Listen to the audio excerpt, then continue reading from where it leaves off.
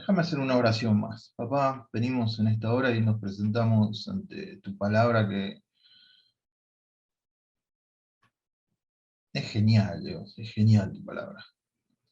Pero a veces nuestras mentes tienden a interpretarla de acuerdo a la situación en la que estamos, en la información que hemos recibido. Te pedimos en esta mañana que nuestro corazón esté atento a lo que vos nos querés decir, que podamos entender la verdad como vos querés que la conozcamos. Y, y nada, nos ponemos en tus manos sabiendo que vos querés que sepamos, que vos querés que no andemos a tientas y que vos querés darnos lo mejor. Con esa actitud, con ese conocimiento de vos, venimos en esta mañana y nos presentamos ante esta parábola que se las trae. Gracias, Dios, en el nombre de Jesús. Amén.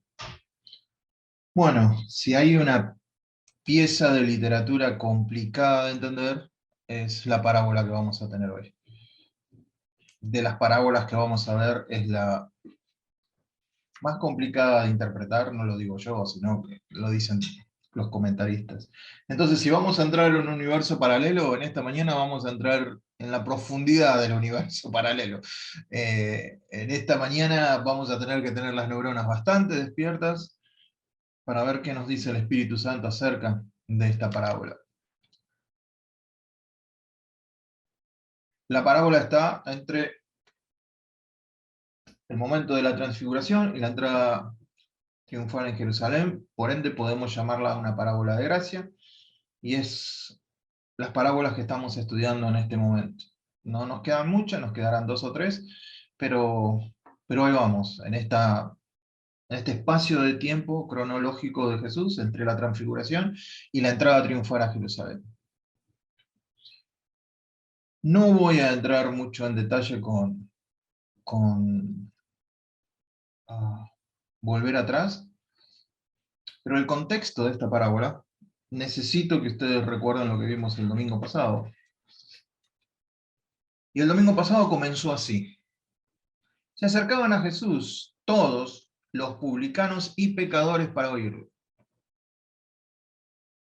Lo más bajo de lo más bajo venía a escuchar a Jesús. Y lo más alto de lo más alto, los fariseos y los escribas murmuraban diciendo: este a los pecadores recibe y con ellos come. Ante esta murmuración, ante este comentario, Jesús trae 3 parábolas, que fueron las que vimos el domingo pasado. La oveja perdida, la buscan, la encuentran, fiesta.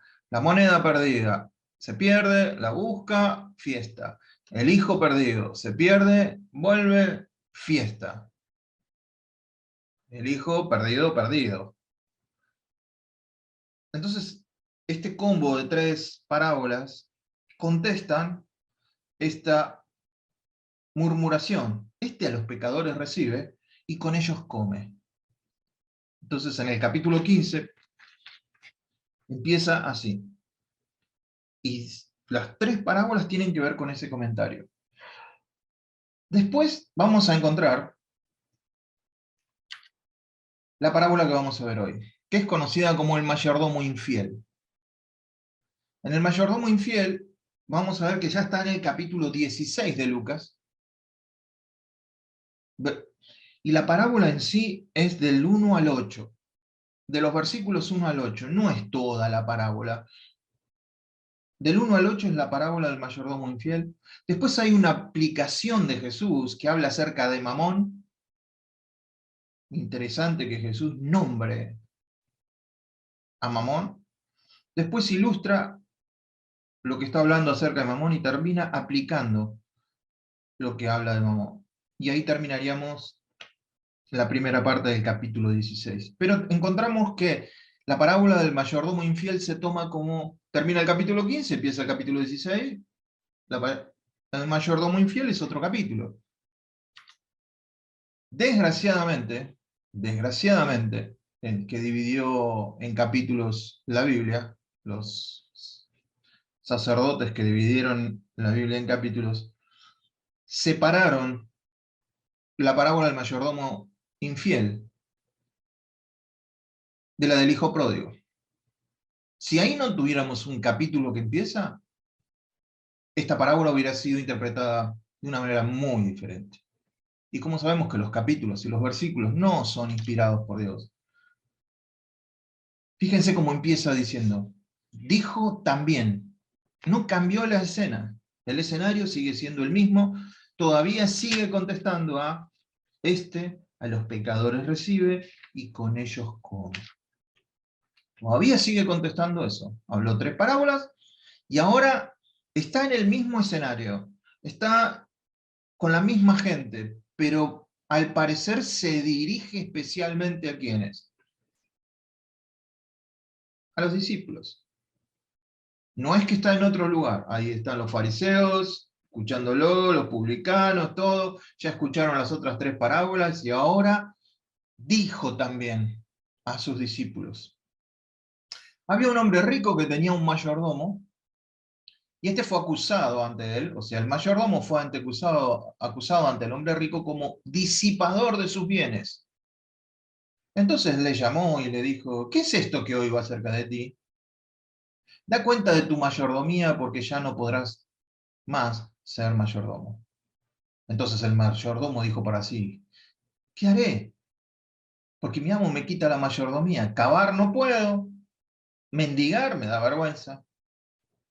Ya sé lo que haré, para que cuando se me quite de la mayordomía, me reciban en sus casas.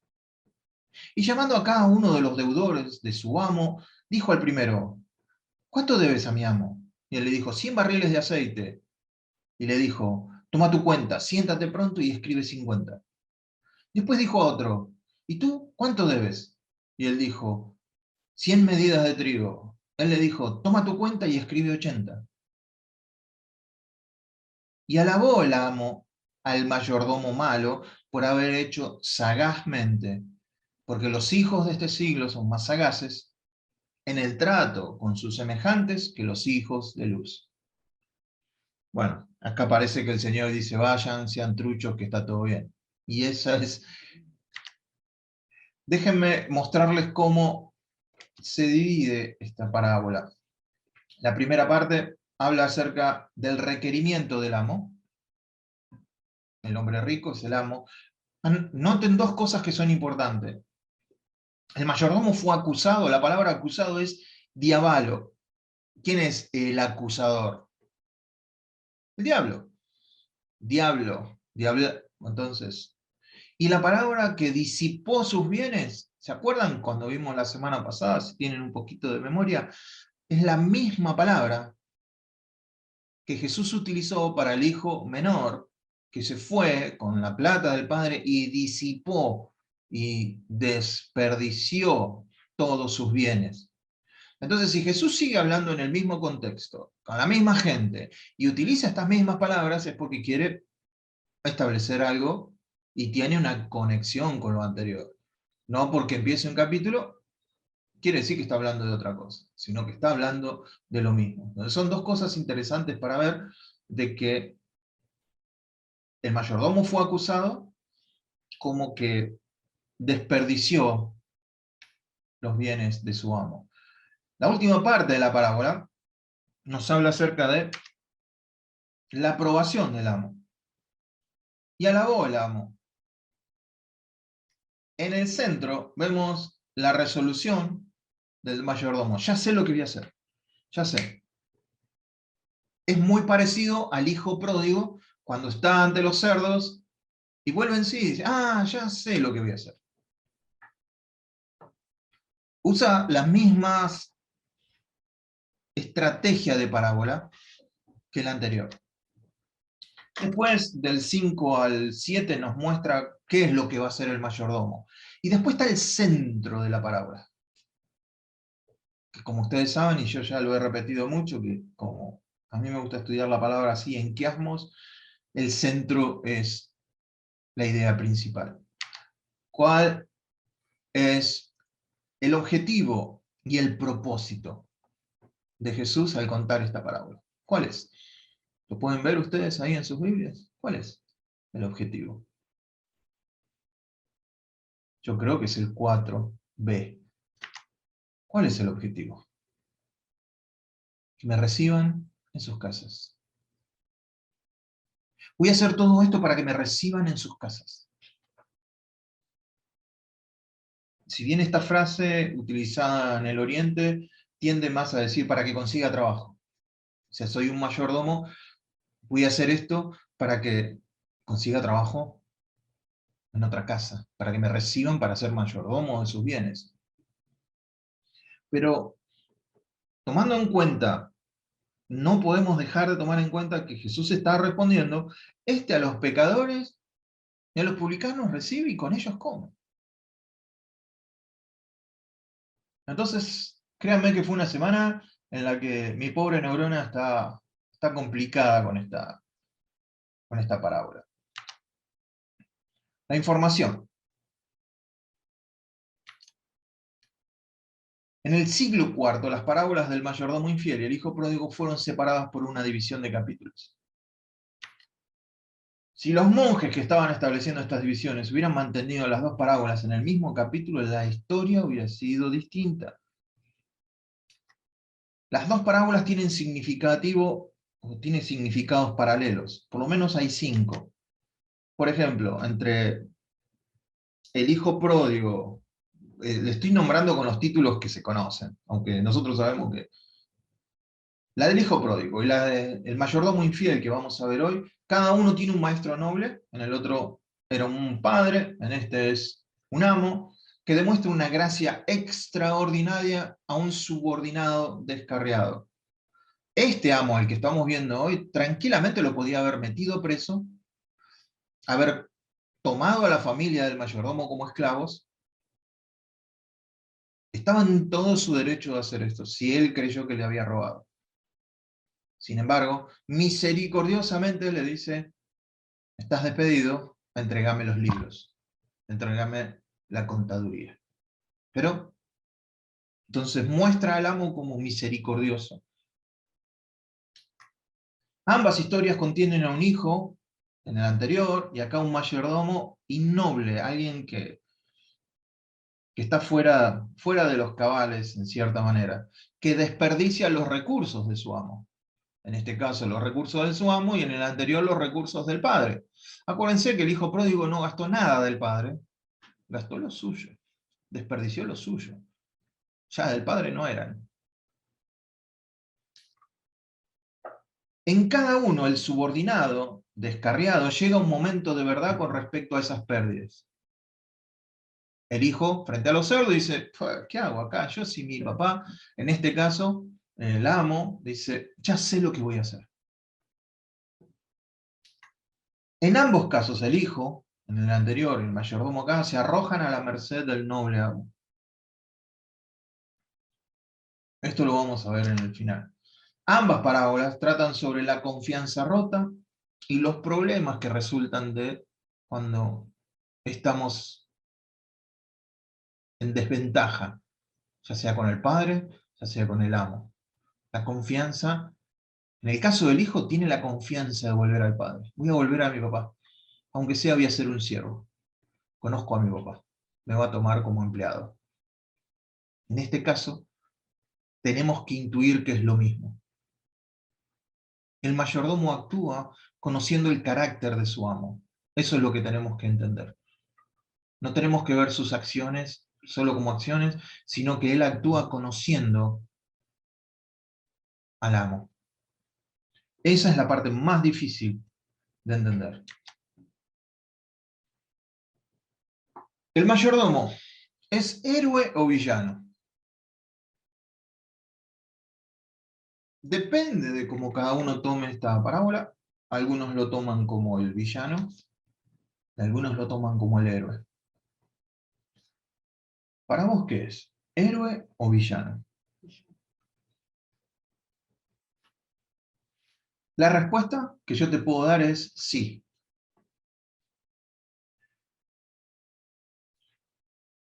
Es héroe y es villano. Déjame a ver si puedo. Dios me ayuda a poder explicar lo que estoy diciendo. Esta es la estructura, ¿no?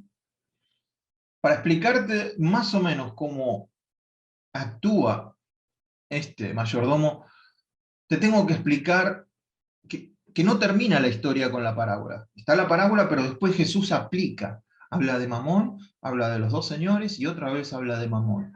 Habla del señor de las riquezas. Depender de las riquezas. Eso es Mamón. Mamón es un espíritu inmundo que la gente adora, y son las riquezas. Cuando uno tiene confianza en las riquezas, ese es un ídolo, y ese ídolo es Mamón.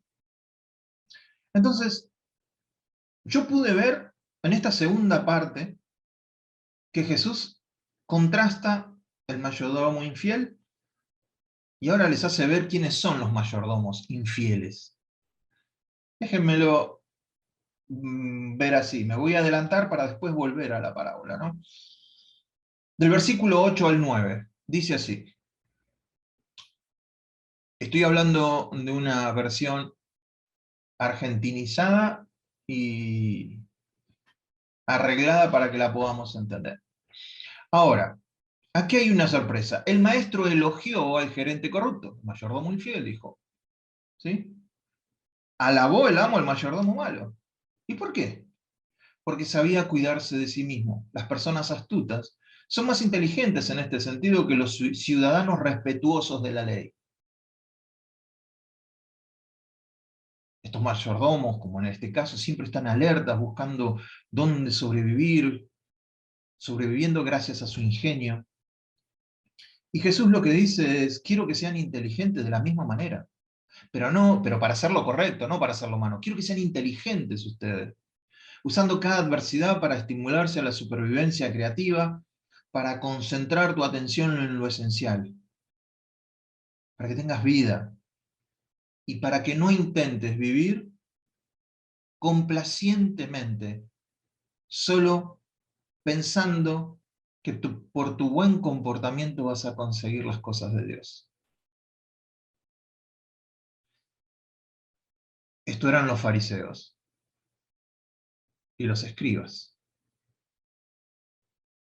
Y Jesús los está describiendo al final, después. O sea, la parábola es un sanguchito entre este recibe a los pecadores, y después Jesús hace una radiografía de ellos. Dios ve detrás de las apariencias y Jesús pasó a hacer estos comentarios. Si eres honesto con las cosas pequeñas, vas a ser honesto con las cosas grandes. Sentido común. Si eres un ladrón con cosas pequeñas, vas a ser un ladrón con cosas grandes. Si no eres honesto en trabajos pequeños, ¿quién te va a poner a cargo de un negocio, de una tienda? Sentido común. Le está hablando a los fariseos, a los escribas.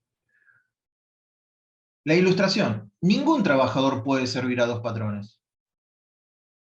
Tenés dos patrones, vas a odiar al primero y vas a amar al segundo. En este caso, un patrón podía ser Dios y el otro patrón es Mamón, las riquezas. La aplicación. ¿Por qué? Porque adorará al primero y despreciará al segundo. No puedes servir a Dios y a Mamón. Es agua y aceite. Si tu confianza está en las riquezas, no puedes servir a Dios. Tu amor está, si el primer mandamiento es ama a Dios sobre todas las cosas, esas cosas a las cuales vos les tenés confianza, que se llaman riquezas, está tomando el lugar de Dios. Eso es lo que les está diciendo Jesús. Y termina diciendo, cuando los fariseos, un grupo obsesionado con el dinero, lo escucharon decir estas cosas, pusieron, estoy leyendo una versión parafraseada de la Biblia, no son ideas mías. Cuando los fariseos, un grupo obsesionado con el dinero, lo escucharon decir estas cosas, pusieron los ojos en blanco y lo descartaron como fuera de lugar lo que estaba diciendo Jesús. Entonces Jesús les habló, ustedes son maestros en verse bien frente a los demás, pero Dios sabe lo que hay detrás de la apariencia. ¿De qué sirve la apariencia? ¿A quién engañamos con la apariencia?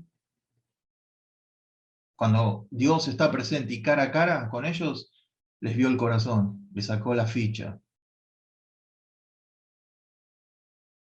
Lo que la sociedad ve y llama monumental o genial, Dios ve a través de ello. Me encanta eso en el griego, está tan clarito. Nosotros algunas cosas como sociedad decimos, qué bueno que está esto, qué genial que está esto. Cuando Dios ve a través de eso, lo llama monstruoso, abominable. Es la misma palabra que se usa en la Biblia para el ídolo que va a levantar el anticristo. ¿Se acuerdan cuando estudiamos Mateo? La abominación. Es la misma palabra. Entonces lo que la sociedad a veces dice, wow, mira esto, Dios lo ve a través y dice, no, esto es abominable. La ley de Dios y los profetas culminaron en Juan. Este es el Señor es tremendo el Señor. Para los judíos y los que estaban escuchando al Señor, los profetas habían terminado con Malaquías. Y recién se iba a establecer la profecía cuando viniera el Mesías. Entonces esta frase que dice el Señor no es una frase tirada al azar, dice, la ley de Dios y los profetas culminaron con Juan, muchachos, no con Malaquías. ¿Y qué profetizó Juan? He aquí el Cordero de Dios que quita el pecado del mundo. Entonces, ¿qué está diciendo? La era mesiánica comenzó. El Mesías está en medio de ustedes, el reino de Dios se ha establecido y está al alcance de su mano. Ahora todo es reino, muchachos, después de lo que dice Juan. Se restableció en la profecía. No hay un profeta más grande que Juan, porque pudo profetizar de Jesús. Ahora todo es reino, todo es buenas noticias. Es apremiante la invitación a todo hombre y mujer. Es apremiante que vengan a escucharme los publicanos y pecadores. Que vengan a escuchar las buenas noticias. No se trata de que solo vengan eruditos a escucharme a ver si estoy bien con la palabra o no. Vengan todos a escuchar esta buena noticia. Es apremiante porque ya estamos en el último tiempo. El cielo se va a desintegrar y la tierra se va a disolver antes que se frustre una sola letra de la ley de Dios. Ustedes utilizan las legalidades entre comillas, del divorcio como encubrimiento de lujuria y adulterio. Se podían divorciar porque la mujer le trajera un mate frío. O porque no le cebaran un mate. Eso ya era causa de divorcio, así que yo ya estoy preparando los papeles porque Marina no se está poniendo las pilas. Entonces, Jesús dice, ustedes encubren eso del divorcio, ¿saben para qué? Para poder salir con otras minas, para poder salir con otras mujeres. No es, usan la ley, pero en realidad lo que hay dentro de ustedes es adulterio, es lujuria, y utilizan la ley para eso, usando legalidades del matrimonio como encubrimiento de lujuria y adulterio. Este es el final. Les conté el final de la película y ahora vamos a ir al meollo, vamos a volver a la parábola. Ya conocemos lo anterior y lo posterior. La gracia no puede venir nunca acerca de la respetabilidad de una persona. Porque vos seas respetable o yo sea respetable y tenga una muerte. No tiene nada que ver con eso. Otra vez, y lo voy a repetir, la gracia solo funciona en un muerto. En alguien que no tiene cómo responder. Por eso es un favor inmerecido. Es un favor. Y vos le haces un favor a alguien que necesita algo. Si no necesitas de nada, la gracia no tiene suelo para germinar. Y si vos crees como creían los judíos acá, dice, bueno, mirá, viene gente de lo peor a escucharlo. Nosotros somos los respetables. Nosotros vamos a recibir algo de Dios. Y Jesús los embarra a más no poder. Pero ellos no reconocen que necesitan un Salvador. La gracia no tiene nada que ver con eso. Alguien podría denunciar al mayordomo, y acá es donde ustedes pueden disentir, y al final me encantaría escucharlos después de la clase, que es la mejor parte de los cara a cara, es cuando yo termino de hablar y empezamos a hablar todo. Alguien podría denunciar a este mayordomo fiel. No guarda el sábado, no era políticamente correcto, se asociaba con criminales, no había estudiado con ellos en el seminario de los... no era de la casta de los religiosos. Esa gente podía denunciar que este mayordomo, Jesús, era un mayordomo infiel. Todo depende de cómo se mire, por eso ¿es villano o es héroe? Todo depende con el cristal que se lo mire. Para los judíos, Jesús era un villano. Pero acá quizás es algo personal, ¿no? Y quizás Dios me estaba hablando a mí. Pero este mayordomo, miserable, hecho pecado, murió como criminal, débil como cualquier humano, Jesús. Yo en esta parte me quebré, ¿no? Porque en esta historia, ¿quién soy yo? Si yo hubiera estado ahí, ¿quién era yo? Yo era los deudores. Eso es el que mayordomo le dijo, ¿cuánto debes? Yo le debía al amo misericordioso le debía.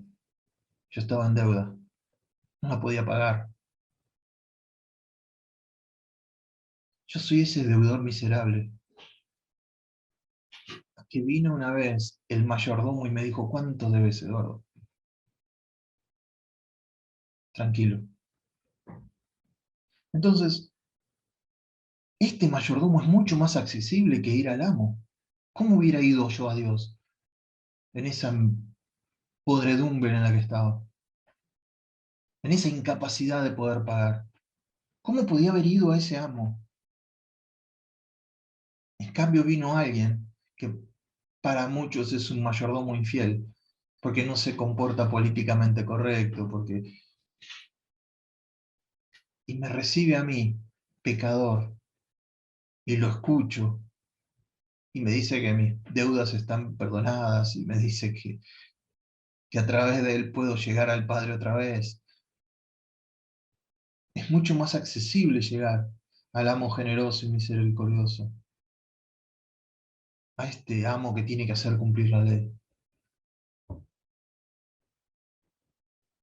Yo no sé si fue personal, pero me quebró el verme como los deudores. Y quizás ustedes me puedan decir, no, Eduardo, estás interpretando la parábola como la mona. Bueno, los voy a escuchar después. El mayordomo no es elogiado por su ética. El hijo estaba en el mundo, era el mundo, estaba ahí, sino por su percepción precisa de la naturaleza del amo. Si nosotros, déjenme explicar esto un poquito. En una comunidad oriental, como en lo que está ocurriendo esto, agrícola, el amo, generalmente en momentos en donde en el campo, qué sé yo, hubo sequía, cayó granizo, no sé, hubo un incendio, el amo que debía decía, bueno, ahora no me paguen, ahora no me paguen. El amo siempre era el generoso, se veía como la persona generosa. Y en toda la comunidad, acuérdense que la comunidad era algo importantísimo. En la comunidad era visto como alguien generoso. ¿Qué hizo este que era repillo, piola? Fue dijo, mirá, no, no debes tanto, debes esto, les redujo la deuda a todos. ¿Quién quedó bien? El mayordomo, nadie sabía que lo habían echado. Venía el nombre todavía de el amo. ¿Quién quedó bien? Y si después decían, no, che, ¿quién iba a poder decir algo? Si el amo llegara a decir, no, pero yo no lo mandé, queda como un agrio, avaro. En cambio, este dijo, no, acá ganamos todos. El amo ganó en generosidad. Al otro día en la comunidad se debería estar hablando, haciendo fiesta, diciendo, me redujeron la deuda, a mí también me redujeron la deuda, vamos a hacer una fiesta, qué bueno, tenemos trabajo, pudimos sacarnos las deudas, qué bueno que es el amo, por decirlo, no tiene nombre, qué bueno que es, qué generoso ha sido. El mayordomo quedó como nexo, quedó bien parado, por eso Jesús lo alaba, dice, qué, qué pillo que fue, qué inteligente que fue. No por lo que hizo con las deudas, sino por la sagacidad de saber cómo era el amo. La naturaleza, la percepción de lo que es el amo. El mayordomo opta por arriesgarlo todo, con la confianza en la identidad de su amo, en la generosidad y en la misericordia de este amo. Si se llega a equivocar en lo que está haciendo, lo pierde todo. Pierde hasta la libertad de su familia, lo hacen esclavo. Sin embargo, lo que Jesús nos enseña, o le enseña a sus discípulos, no es a mentir y engañar. No nos equivoquemos. Jesús anhela que sus discípulos tengan la misma percepción de Dios, de arriesgarlo todo por Dios, de arriesgar como arriesgó este mayordomo. Es decir, yo confío en Él, voy a hacer esto porque creo que es lo correcto, aunque todo me parezca que está equivocado, me voy a arriesgar en Él, porque no va a fallar a su carácter, no va a fallar a lo que Él es. Si yo hago lo correcto, voy a estar correcto con Dios. Siempre en una actitud de gracia y de necesidad en cuanto a Dios.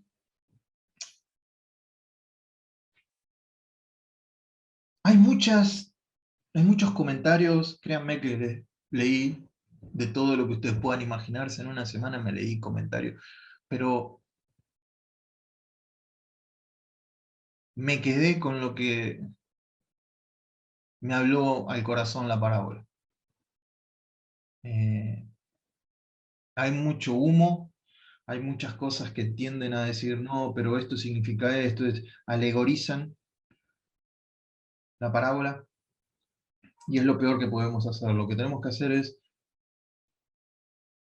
entender que Jesús le estaba hablando a sus discípulos poniendo como ejemplo a un siervo, a un mayordomo infiel, porque él al final termina diciendo el que es fiel en lo muy poco, también en lo más es fiel. Y el que en lo muy poco es injusto, también va a ser injusto en lo mucho.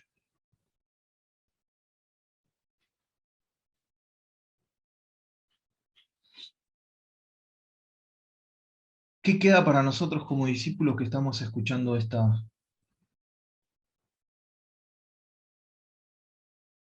charla de Jesús?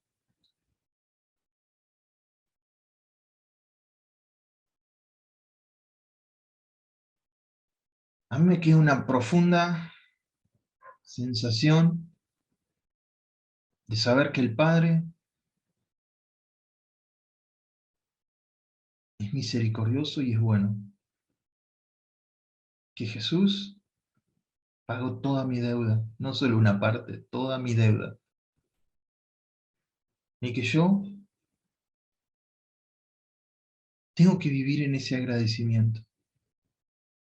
No poner mi confianza en las riquezas, en las cosas que tengo, sino mi confianza en ese amo, en ese Dios, en ese Padre que es para nosotros. No es en mis merecimientos, no es en el comportamiento que recibo las cosas. Es en el arriesgar conociendo quién es mi papá. A veces ese arriesgar es sinónimo de fe. No es arriesgar en la nada, sino arriesgar sabiendo Arriesgar sabiendo es fe. La fe viene por el oír y lo que Jesús dice. Si yo arriesgo en lo que Jesús dice en su palabra, realmente no estoy arriesgando mucho, pero estoy confiando en quién es Él, por lo que Él dice que es. Sin embargo, terminando esta parábola, no me creo que esta sea la única interpretación que se puede hacer. Quizás es la menos convencional que hayan escuchado, y estoy abierto a poder cambiar mi forma de verla, pero tendrá que ser con la palabra. Oramos. Papá, venimos en esta hora y te damos gracias, gracias, gracias, gracias, porque aún sabiendo las dificultades de un texto, confiamos en vos que nos das la sabiduría para poder entender, para poder ir a tu verdad. Seguimos esperando, si es que hay algo que nos tenés que mostrar. Nos humillamos bajo tu poderosa mano para que vos nos exaltes en el conocimiento que viene de parte tuya. Papá, te damos gracias por lo que sos, no por lo que nos diste, por lo que nos das o por lo que nos darás, sino por lo que sos. Ayúdanos a buscarte por lo que sos. Ayúdanos a vivir por lo que sos, no por lo que nos puedas dar. Te damos gracias por Jesús, te damos gracias por tu palabra y nada, te amamos con todo nuestro corazón. Gracias, papá, por todo. Amén. Y amén.